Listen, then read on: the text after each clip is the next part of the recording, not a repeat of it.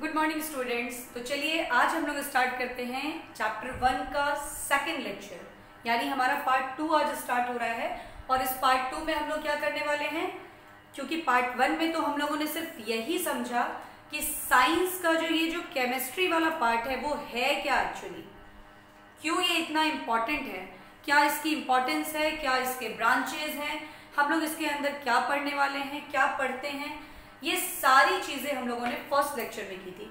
अब जब हम लोगों ने ये पढ़ा था कि केमिस्ट्री क्या है, केमिस्ट्री साइंस का वो ब्रांच है जिसमें हम लोग मैटर, उसके कॉम्पोजिशन, उसके प्रिपरेशन, उसकी प्रॉपर्टीज की स्टडी करते हैं।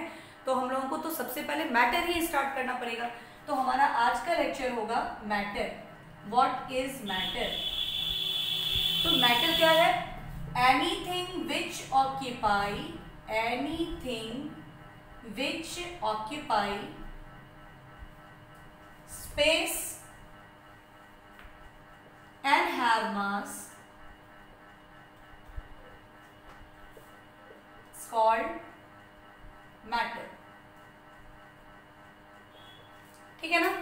कोई भी चीजें जो कि स्पेस ऑक्यूपाई करती हैं और जिनके पास मास होता है, आइदर वो लिविंग हो, नॉन लिविंग हो, कुछ भी है, वो सभी आपको मैटर हैं। And this matter consist of certain type of particles in the form of atom, molecules, ions, है ना? ये different फॉर्म के हो सकते हैं ये, और इन्हीं की स्टडी हम करते हैं, that is chemistry। यानी ओवरऑल हम लोग एटम और मॉलिक्यूल की ही स्टडी करते हैं। तो जब हम इसके क्लासिफिकेशन को करेंगे, इसको क्लासीफाई करेंगे, तो इनको हम दो पार्ट में क्लासीफाई करते हैं। एक होता है हमारा ऑन फिजिकल बेसिस और दूसरा होता है हमारा on chemical basis. On physical basis, जिसको आप लोगों ने 9th में बहुत ही डिटेल में पढ़ा था। सॉलिड, लिक्विड, गैस, एक प्लाज्मा और एक सुपर कूल्ड स्टेट भी है, बट हम लोग मेनली इन तीन ही स्टेट के बारे में करेंगे। ऑन केमिकल बेसिस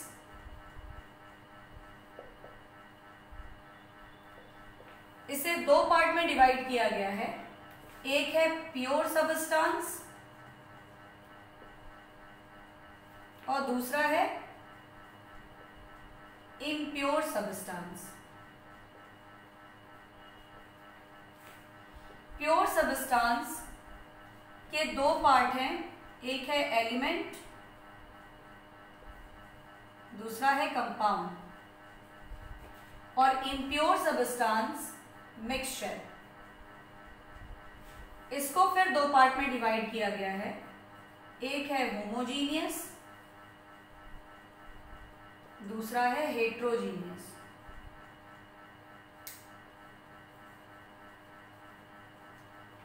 एलिमेंट्स आपको फिर मेटल, नॉन मेटल या मेटलॉइड के फॉर्म में हो सकते हैं, और कंपाउंड आपको दो तरह का होगा, एक ऑर्गेनिक और एक इनऑर्गेनिक कंपाउंड। अब हम लोग इस पूरे लेक्चर में इन पूरे टर्म्स को बहुत अच्छे तरह से समझने वाले हैं, जो मे भी बहुत सारे स्टूडेंट्स को बहुत अच्छे से क्लियर भी होगा। लेकिन चूंकि हम फ्रॉम बेस पढ़ रहे हैं, बेसिक कॉन्सेप्ट्स पढ़ रहे हैं, तो इन सारे टर्म को एक्चुअली बहुत अच्छे तरीके से समझ लेंगे इस क्लास में। और फिर हम लोग मैटर की प्रॉपर्टीज को पढ़ेंगे, क्योंकि मैटर की प्रॉपर्टीज से ही फिर हमारा नेक्स्ट लेक्चर जो है वो आगे की तरफ बढ़ेगा।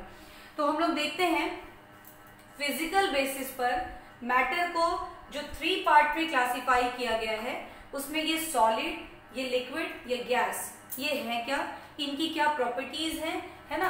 ये इनके बीच जो अट्रैक्टिव फोर्स है, इनके बीच जो इंटरमॉलिक्यूलर स्पेस है, ये सभी कैसे एक दूसरे से डिफर कर रहे हैं और कैसे ये सभी नेचर में डिफरेंट है।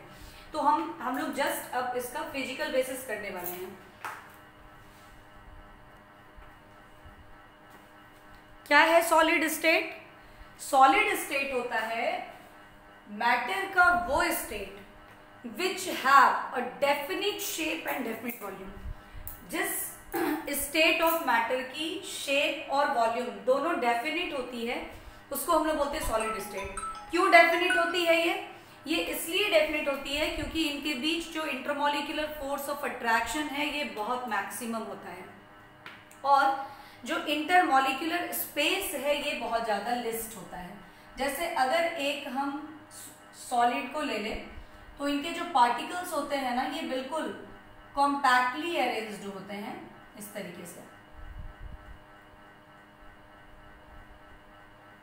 बिल्कुल क्लोज पैकिंग में होते हैं और इनके बीच जो स्पेस होता है ना ये बहुत ही लिस्ट होता है, बहुत ही कम होता है। तो सॉलिड स्टेट होता है state of matter with definite shape and definite volume.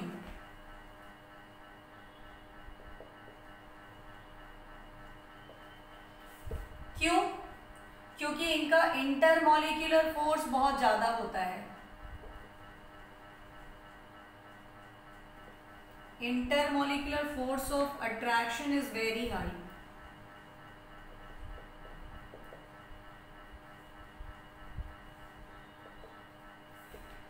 Inter nuclear या intermolecular space is very least।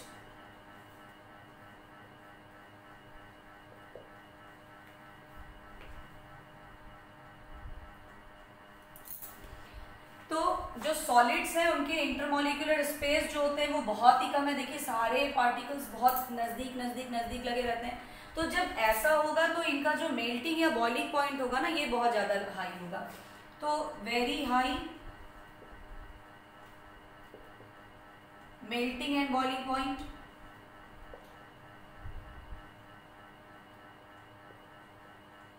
जब मेल्टिंग एंड बॉइलिंग पॉइंट बहुत ज्यादा हाई होगा तो यानी पार्टिकल्स जो है बहुत इजीली वेपोराइज नहीं हो पाएंगे और जो काइनेटिक एनर्जी इसकी होगी वो बहुत ही लिस्ट होगी, यानी मॉलिक्यूल जो है मोशन शो नहीं कर पाएंगे क्योंकि इतने नजदीक नजदीक हैं और इतना स्ट्रॉन्ग फोर्स से जुड़े हुए हैं ना कि मतलब मूवमेंट नहीं शो कर पाएंगे। तो दे शो ओनली मॉलिक्यूलर वाइब्रेशन, सिर्फ टकरा सकते हैं, वाइब्रेट कर सकते हैं। ठीक है, तो इस वजह से इनका डिफ्यूज करने का जो रेट होगा वो बहुत ही लिस्ट होगा।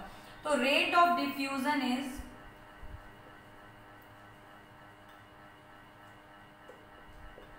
Very list. लिस्ट क्या आप कह सकते हैं, डिफ्यूज ही नहीं कर पाएगा। नेक्स्ट आप देखिए ये कंप्रेस, अगर आप इसको करेंगे दबाएंगे तो ये कंप्रेस भी नहीं हो पाएगा, तो इनकंप्रेसिबल होगा ये। तो this are some common properties of solid state. ठीक है, और जब आप क्लास 12th में जाएंगे तो आपको तो सॉलिड स्टेट चैप्टर ही पढ़ना है, वहां तो बहुत कुछ आप इसके क्लासिफिकेशंस को पढ़ेंगे, फिर आप इसके स्ट्रक्चर्स को पढ़ेंगे, बहुत कुछ हम लोग पढ़ेंगे वहां पे। तो यहाँ हम लोग को इतना ही जानना है कि इनकी जनरल कैरेक्टरिस्टिक क्या है, ये कैसे होते हैं। तो इनका डेफिनिट शेप और डेफिनिट वॉल्यूम होता है। मेन कैरेक्टरिस्टिक इनका यही है। इनके बीच फोर्स ऑफ अट्रैक्शन बहुत ज्यादा लार्ज होता है, इंटरमॉलिक्यूलर स्पेस बहुत कम होता है, मेल्टिंग बॉइलिंग पॉइंट बहुत ज्यादा होती है, डिफ्यूजन का रेट बिल्कुल ही नहीं होता है और ये इनकंप्रेसिबल होते हैं, यानी कंप्रेस करना बहुत ही मुश्किल होता है इसको। अब अगर हम लिक्विड स्टेट की बात करते हैं तो लिक्विड स्टेट में ये प्रॉपर्टीज देखिए कैसे चेंज हो जाएंगे।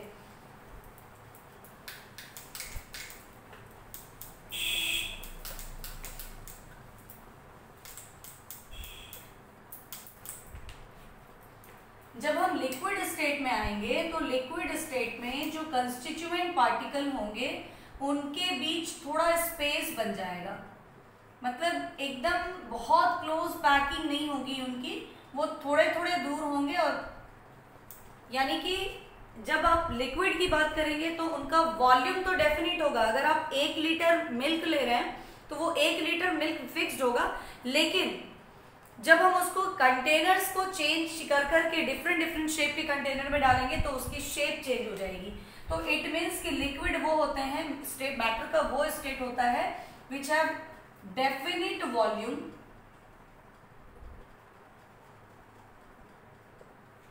But indefinite shape.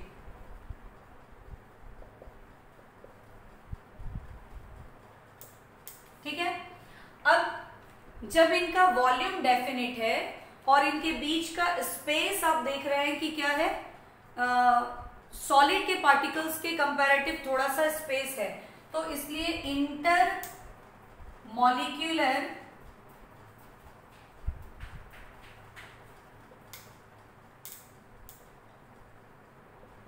Space is larger than solid, और इंटरमॉलिक्यूलर फोर्स क्या होगा? तो intermolecular force of attraction is less than solid.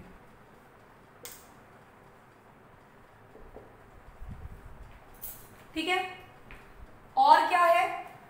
तो जब इनका इंटरमॉलिक्यूलर स्पेस थोड़ा है, सॉलिड के कंपैरेटिव पार्टिकल्स थोड़े दूर दूर हैं, तो नेचुरली इनमें मोशन तो होगी, मूवमेंट तो होगी पार्टिकल्स की, सो दे डिफ्यूज, है ना। तो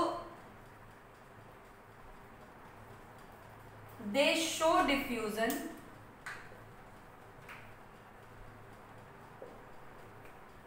but the rate of diffusion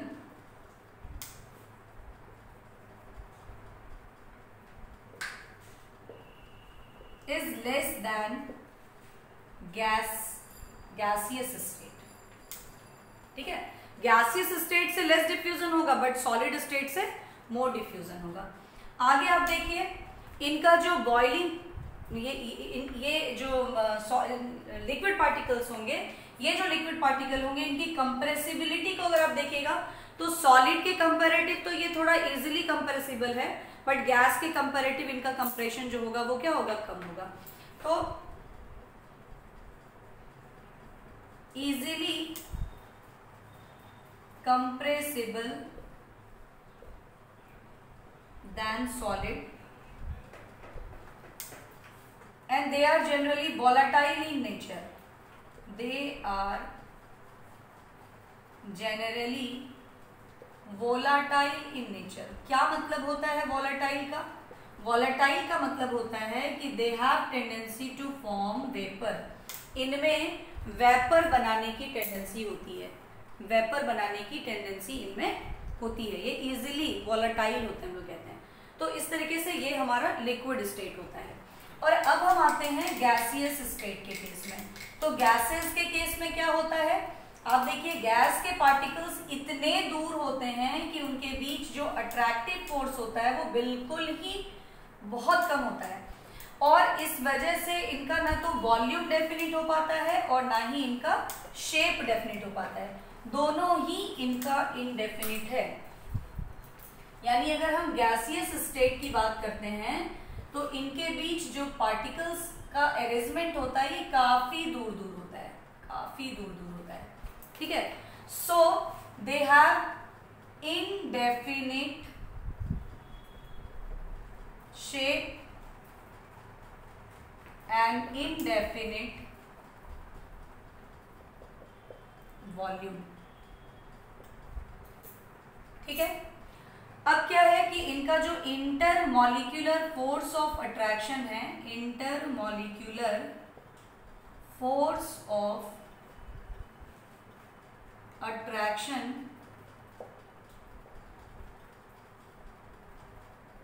is negligible. ठीक है, इंटरमॉलिक्यूलर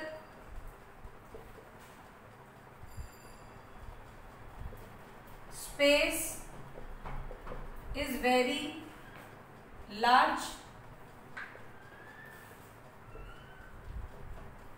easily compressible होंगे, बहुत easy compression शो करेंगे, rate of diffusion is very high, diffusion का rate बहुत ज़्यादा होगा। तो ये सारे कुछ इंपॉर्टेंट कैरेक्टरिस्टिक होते हैं गैसियस स्टेट के, इसलिए क्योंकि इनके पार्टिकल्स बहुत दूर दूर हैं, आराम से मूवमेंट शो करता है।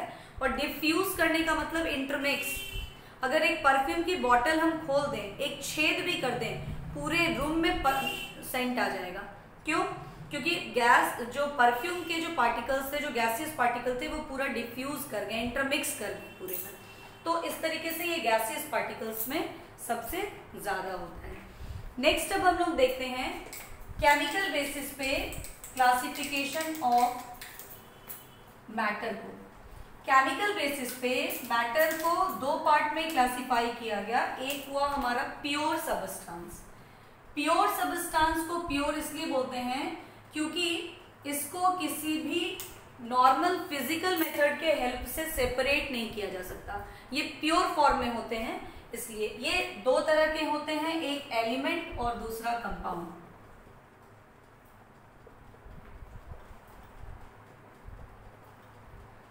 एलिमेंट्स होता है दो substance which are made up of same type of atoms.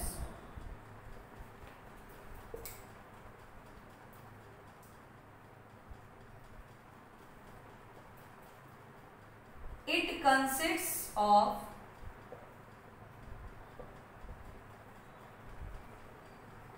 Atom और मॉलिक्यूल। जनरली एलिमेंट दिमाग में आता है ना, तो हम बच्चों के मन में ये आता है कि एलिमेंट्स एटम से बने होते हैं और कंपाउंड मॉलिक्यूल से बने होते हैं। नहीं, आप ये ध्यान रखिएगा कि ये जो एलिमेंट है ना वो एटॉमिक और मॉलिक्यूलर दोनों नेचर के होते हैं। ठीक है, जैसे अगर Na है तो दिस इज एलिमेंट, K भी है एलिमेंट, O2 भी है एलिमेंट। O2 जो है दिस इज नॉट कंपाउंड, क्योंकि कंपाउंड जब भी बनेगा ना उसमें एटलीस्ट 2 और मोर एलिमेंट्स का कॉम्बिनेशन होगा। यहाँ तो एक ही एलिमेंट है ना O, उसका 2 मॉलिक्यूल है, तो ये मॉलिक्यूलर फॉर्म ऑफ एलिमेंट है। ठीक है, N2 P4 same type of atom से, मतलब O के अगर 2 एटम यूज हो रहे हैं तो दोनों सेम नेचर के हैं, सेम टाइप के एटम कंसिस्ट कर रहे हैं। So these are also called element, not compound. और compound क्या होते हैं? तो दो substances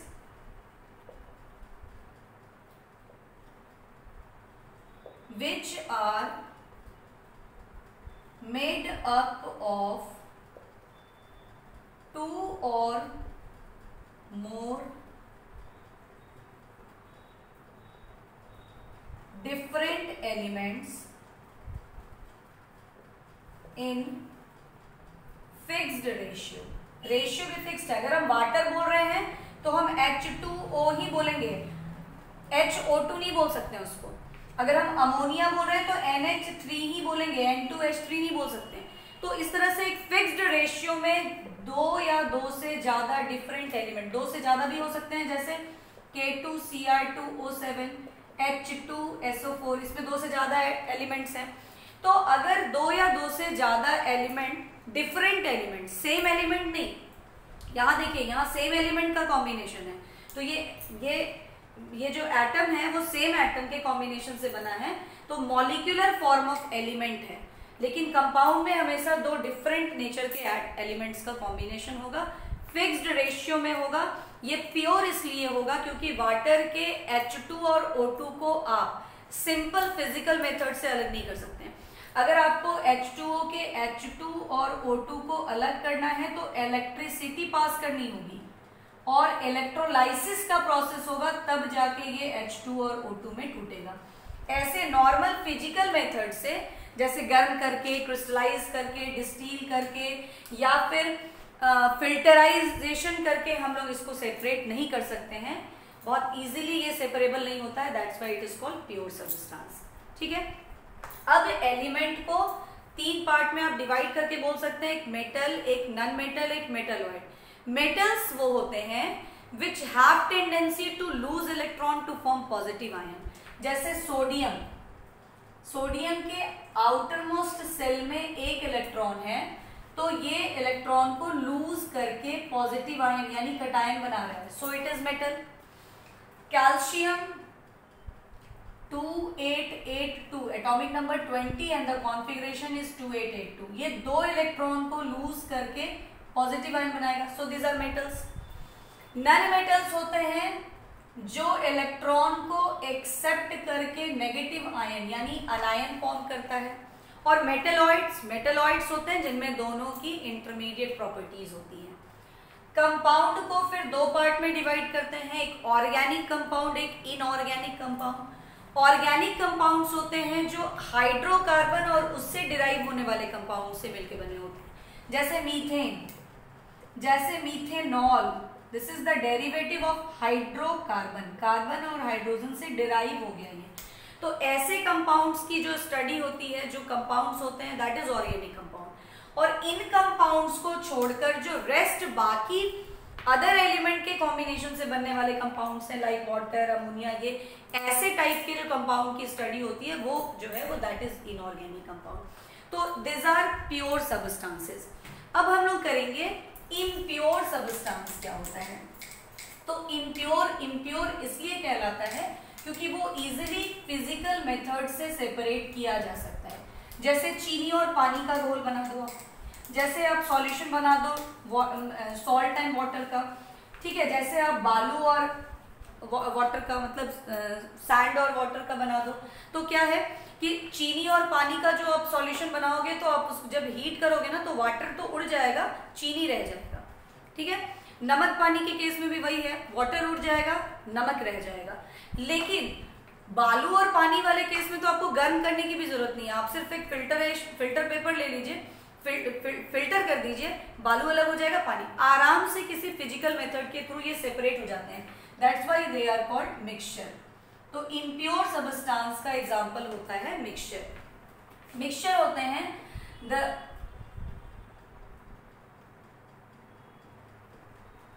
दो substance which are formed by two or more different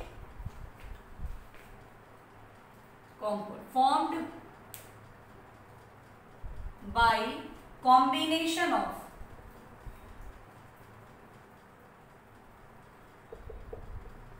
two or more different components in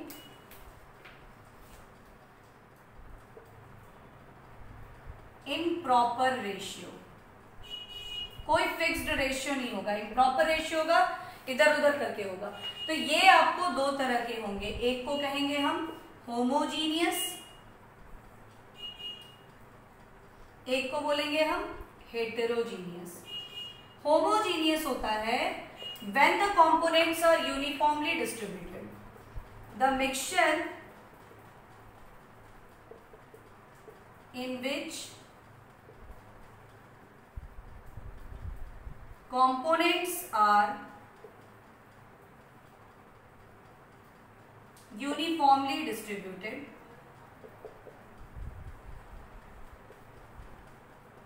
are called homogeneous mixture. जैसे sugar water solution, salt water solution, ठीक है। और ये क्या होता है, द मिक्सचर इन विच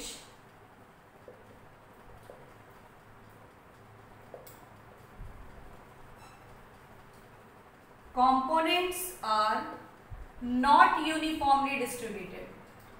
मतलब आपको दोनों की अलग अलग लेयर पता चल जाएगी,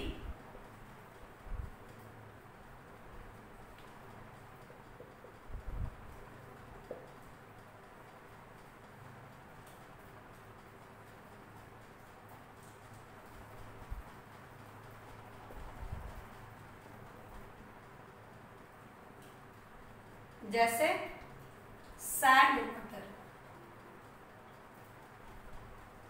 ठीक है।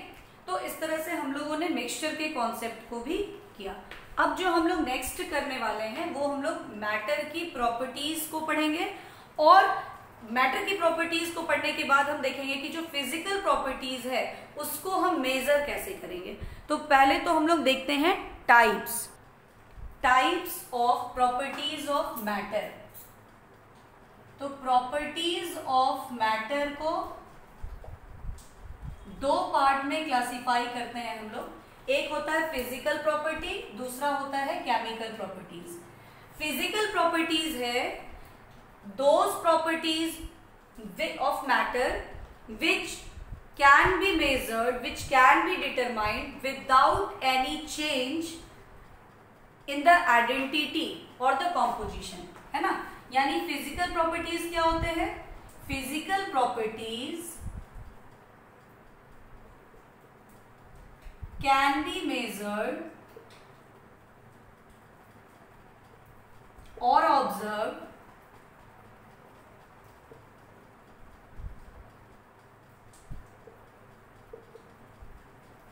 without any change in its identity और कॉम्पोजिशन। ना तो कॉम्पोजिशन में कोई चेंज होता है, ना उसकी आइडेंटिटी में कोई चेंज होती है। जैसे किसी भी सबस्टांस का डेंसिटी क्या है, उसका मेल्टिंग पॉइंट क्या है, उसका बॉइलिंग पॉइंट का वैल्यू क्या है, उसकी मास क्या है, उसका वॉल्यूम क्या है, उसका नेचर क्या है, उसका फिजिकल नेचर क्या है, that is physical property. Chemical properties क्या होता है? Chemical properties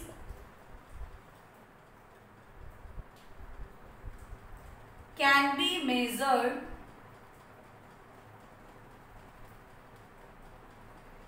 by changing the identity।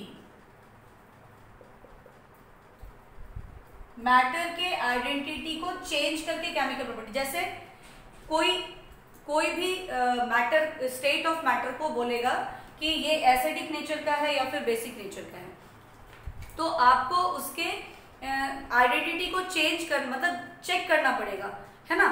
यानी वहां पर चेंज होगी उनकी आइडेंटिटी में, कैसे वो किसी के साथ रिएक्ट कर रहा है, ऑक्सीजन के साथ वो कैसे रिएक्ट कर रहा है, एसिड के साथ वो कैसे रिएक्ट कर रहा है, बेस, तो रिएक्शन होगी वहां पे। और केमिकल जब चेंज होगा, केमिकल रिएक्शन जब होगा, है ना, यानी यहाँ पे जो चेंजिंग होगी आइडेंटिटी में वो कैसी होगी? उसके केमिकल नेचर की आइडेंटिटी में चेंज होगी, बाय चेंजिंग द आइडेंटिटी, यानी कि केमिकल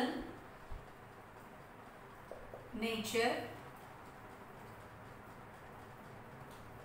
ऑफ मैटर। तो आगे के तो चैप्टर्स में हम लोग केमिकल प्रॉपर्टीज की स्टडी ही बहुत डिटेल में करेंगे हर चीजों की। अभी जो हम लोग करने वाले हैं इस चैप्टर में वो फिजिकल प्रॉपर्टीज की मेजरमेंट की बात करेंगे, या जिसमें कि कोई भी चेंज नहीं होता आइडेंटिटी और पोजीशन में, वैसी प्रॉपर्टीज को हम लोग स्टडी करेंगे, फिजिकल प्रॉपर्टीज। फिजिकल प्रॉपर्टीज को फर्दर दो पार्ट में डिवाइड किया जाता है। एक होता है क्वालिटेटिव और एक होता है क्वांटिटेटिव। क्वालिटेटिव क्वालिटी को बताता है कि वो क्वालिटी कैसा है, और क्वांटिटेटिव उसकी क्वांटिटी को बताता है। जैसे अगर आप लेंथ को, एरिया को, वॉल्यूम को, प्रेशर को मेजर करना चाहते हैं तो that is the quantitative measurement. अब इस मेजरमेंट को करने के लिए हम लोगों को यूनिट की जरूरत पड़ती है। जैसे अगर हम लेंथ निकालते हैं किसी रूम का, और अगर वो 20 मीटर का है और हम बोल दें 20, ओनली 20, तो क्या हम समझ जाएंगे कि हम 20 हमने क्या मेजर किया? हमने लेंथ किया मेजर किया, हमने मास किया मेजर किया, मैंने वॉल्यूम किया, कुछ क्लियर नहीं होगा। तो इस फिजिकल प्रॉपर्टी यानी इस लेंथ को, इस मास को, इस वॉल्यूम को, इन सभी को मेजर करने के लिए हम लोगों को एक बेसिक टर्म की जरूरत पड़ती है, दैट इज कॉल्ड यूनिट। ठीक है, और यूनिट को जानने के बाद हम one unit to another unit conversion करेंगे। आप कहेंगे कि मैम ये केमिस्ट्री में क्यों पढ़ रहे हैं, ये तो फिजिक्स का पार्ट है, क्योंकि फिजिकल चेंजेस हैं। तो आपको पता है कि आप जब केमिस्ट्री पढ़ रहे हैं तो केमिस्ट्री तो भाई सारे सब्जेक्ट से रिलेटेड है, फिजिक्स से भी है, बायो से भी है। तो फिजिकल केमिस्ट्री की जब बात हम करेंगे तो वहां पर जो न्यूमेरिकल्स आएंगे, जो क्वेश्चंस आएंगे, उनको जब हम सॉल्व करेंगे तो वहां पे यूनिट्स को भी ध्यान में रखना होगा। हम जो क्वांटिटी, जो फिजिकल क्वांटिटी का मेजरमेंट करेंगे उसकी हम पर्टिकुलर यूनिट को यूज करेंगे। तो यूनिट्स कितने तरह के हैं, इसका हिस्ट्री क्या है, कैसे ये यूनिट का कॉन्सेप्ट आया, फिर ये कितने बेसिक यूनिट्स, फंडामेंटल यूनिट्स कितने हैं, फिर इन फंडामेंटल यूनिट्स के हेल्प से हम लोग डिराइव कैसे करते हैं अदर यूनिट्स को, फिर अगर किसी सीजीएस यूनिट में है तो फिर हम उसको एसआई यूनिट में कैसे चेंज करते हैं, एसआई को फिर हम एमकेएस में कैसे करते हैं। This all types of inter convergence वो हम लोग नेक्स्ट वीडियो में करेंगे। ठीक है, और जब मेजरमेंट करेंगे तो मेजरमेंट करने के दौरान कुछ अनसर्टेनिटी भी आएगी। उसको जानने के लिए हम लोग 2 टर्म पढ़ेंगे, प्रेसिजन एंड एक्यूरेसी। फिर हम लोग देखेंगे कि जितने भी कैलकुलेशंस को हम करते हैं उनके जो कैलकुलेटेड डाटा है, वैल्यू है, उनमें बहुत अनसर्टेनिटी आती है। तो उसके परफेक्शन के लिए हम लोग एक सिग्निफिकेंट नंबर या सिग्निफिकेंट फिगर टर्म जो है उसकी स्टडी करेंगे। उसको कैसे हम लोग डिटरमाइन करते हैं उसके बारे में हम लोग करेंगे। तो आज के वीडियो में हम लोग इतना ही रहने देते हैं। नेक्स्ट जो हमारा क्लास होगा उसमें होगा unit, types of units and measurement of units, derived and fundamental both, और उसके बाद यूनिट कन्वर्जन, एक यूनिट से दूसरी यूनिट में हम लोग कन्वर्ट कैसे करेंगे किसी फिजिकल क्वांटिटीज को। ठीक है, ओके, बाय।